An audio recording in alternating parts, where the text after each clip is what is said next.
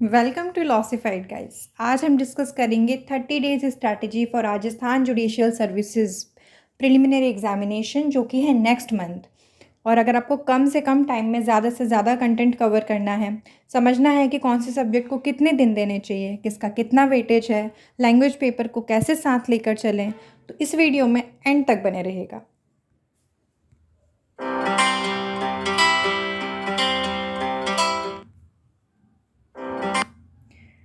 सबसे पहले इंट्रोडक्शन। 2 घंटे का आपको टाइम मिलता है। ऑब्जेक्टिव टाइप क्वेश्चंस होते हैं और 100 क्वेश्चन होते हैं। 100 क्वेश्चंस होते हैं और आपके मैक्सिमम मार्क्स भी 100 हैं, यानी कि +1 for every correct answer. And गलत किया तो क्या होगा? कोई नेगेटिव मार्किंग नहीं है। सबसे अच्छी बात, आप आराम से 2 घंटे का समय लीजिए और पूरा पेपर अटैम्प्ट करके आइए, क्योंकि नेगेटिव मार्किंग की गुंजाइश नहीं है। कुछ जगह अगर आपका अंदाज़ा सही बैठ गया तो आपको मार्क्स ही मिलेंगे, नुकसान का कहीं कोई सवाल ही नहीं उठता। मेंस के लिए कितने क्वालिफाई करते हैं? तो 15 टाइम्स। किस नंबर के 15 टाइम्स? जितनी आपकी नंबर ऑफ वैकेंसीज होती है ना, उसके 15 टाइम्स लोग क्वालिफाई करेंगे। अब ये बात ज़रूर जान लें कि मिनिमम कितना लाना है। कट ऑफ की बात नहीं हो रही। कट ऑफ 60, 70, 80 कुछ भी हो सकता है।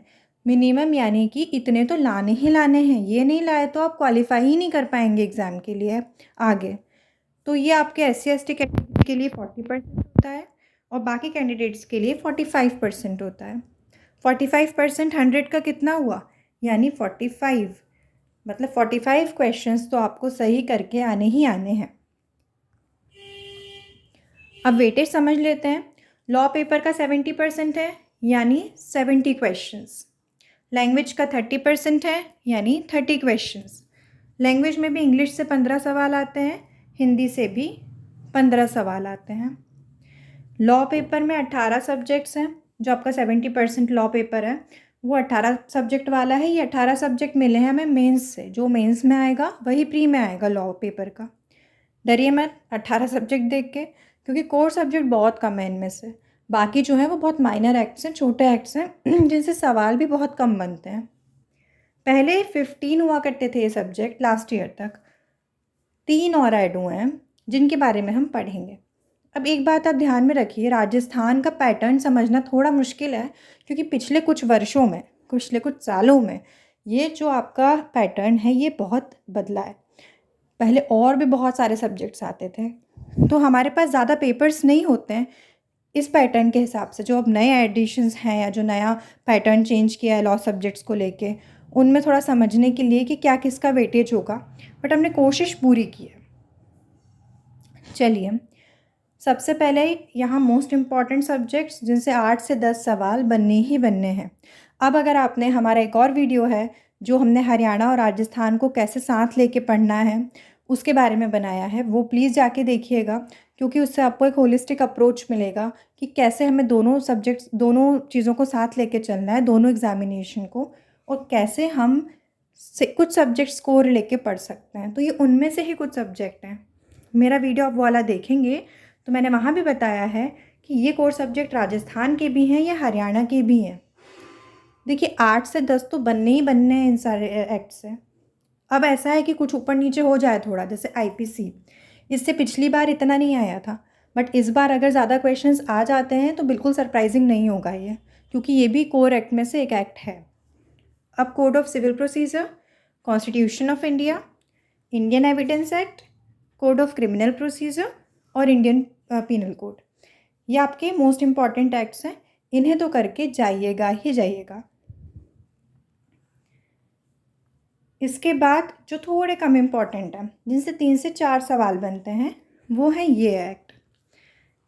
इंडियन कॉन्ट्रैक्ट एक्ट सबसे पहले, इससे देखिए बहुत सवाल नहीं बनेंगे, 2-3 बने हैं, इतने ही अभी भी आ सकते हैं।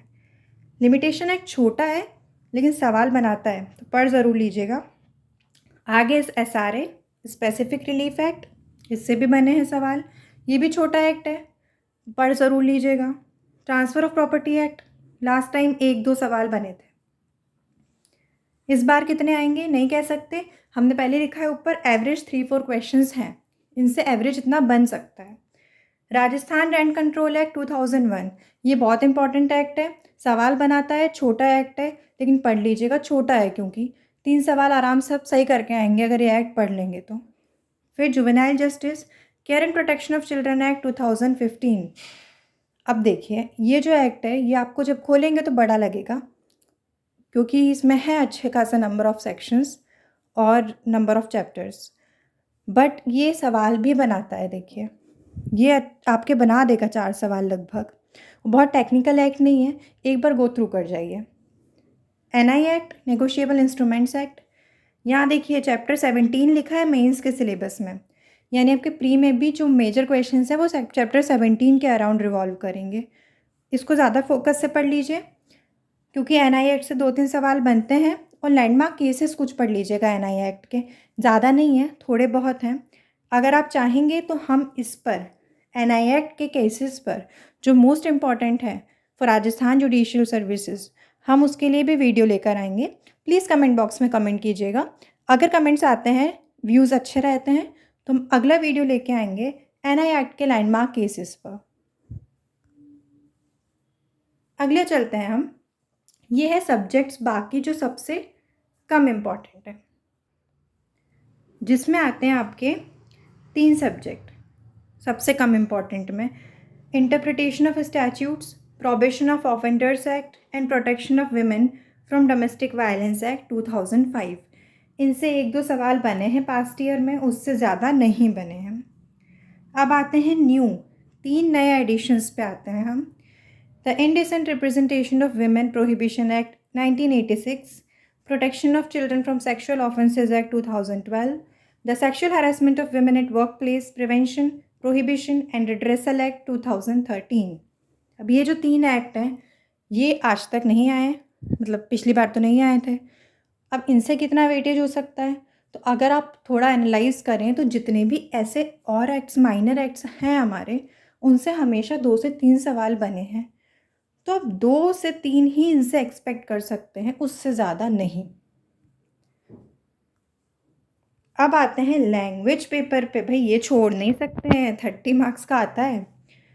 तो यहाँ पर आपका सिलेबस दिया हुआ था, आपके सिलेबस में जो टॉपिक्स हैं इंग्लिश के वो यहाँ मैंशनड हैं, tenses, articles and determiners, phrasal verbs and idioms and बाकी सब एक्टिव पैसिव वॉइस सब लिखा हुआ है, स्क्रीन पे आप पढ़ सकते हैं। तो ये जो है ना, इनसे बहुत टफ सवाल नहीं बनते हैं। पास्ट ईयर पेपर देखेंगे आप, ऐसा कुछ नहीं है कि आपको बिल्कुल ही ना आएगा, आपसे बन जाएंगे सवाल।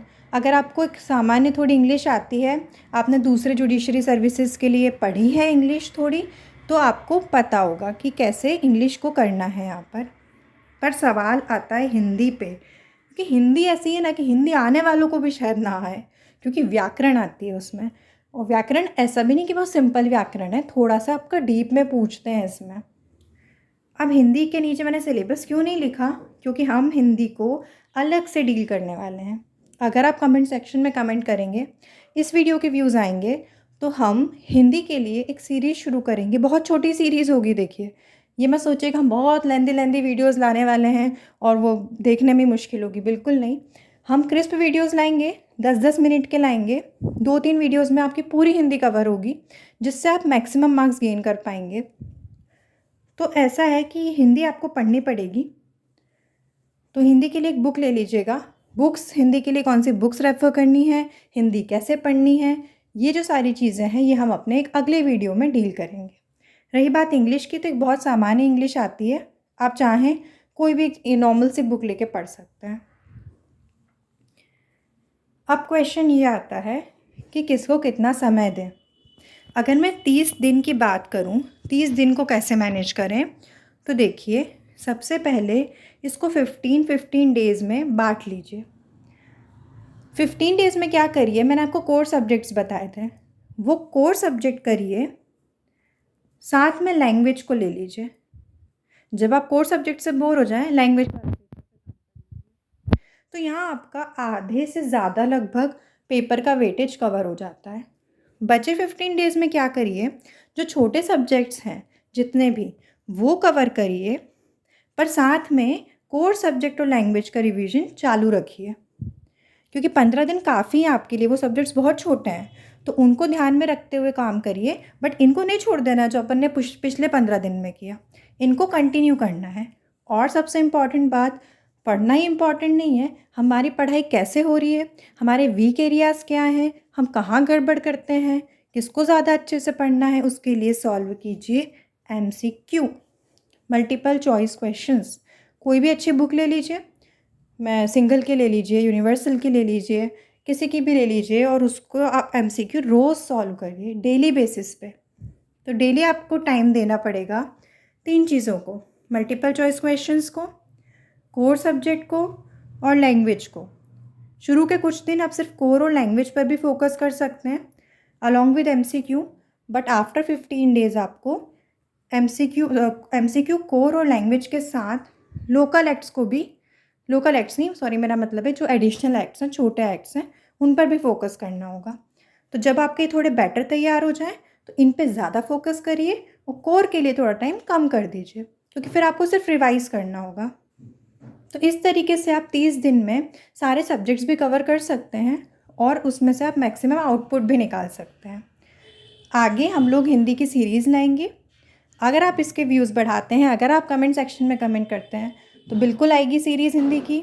NI एक्ट के लैंडमार्क केसेस आएंगे, जितने छोटे एक्ट्स हैं सबके लिए 10-10 मिनट के क्रिस्प वीडियोज़ आएंगे कि आपको ज़्यादा समय ना देना पड़े और अच्छा कंटेंट मिले। Thanks for watching guys, and please like, share and subscribe to Lossified.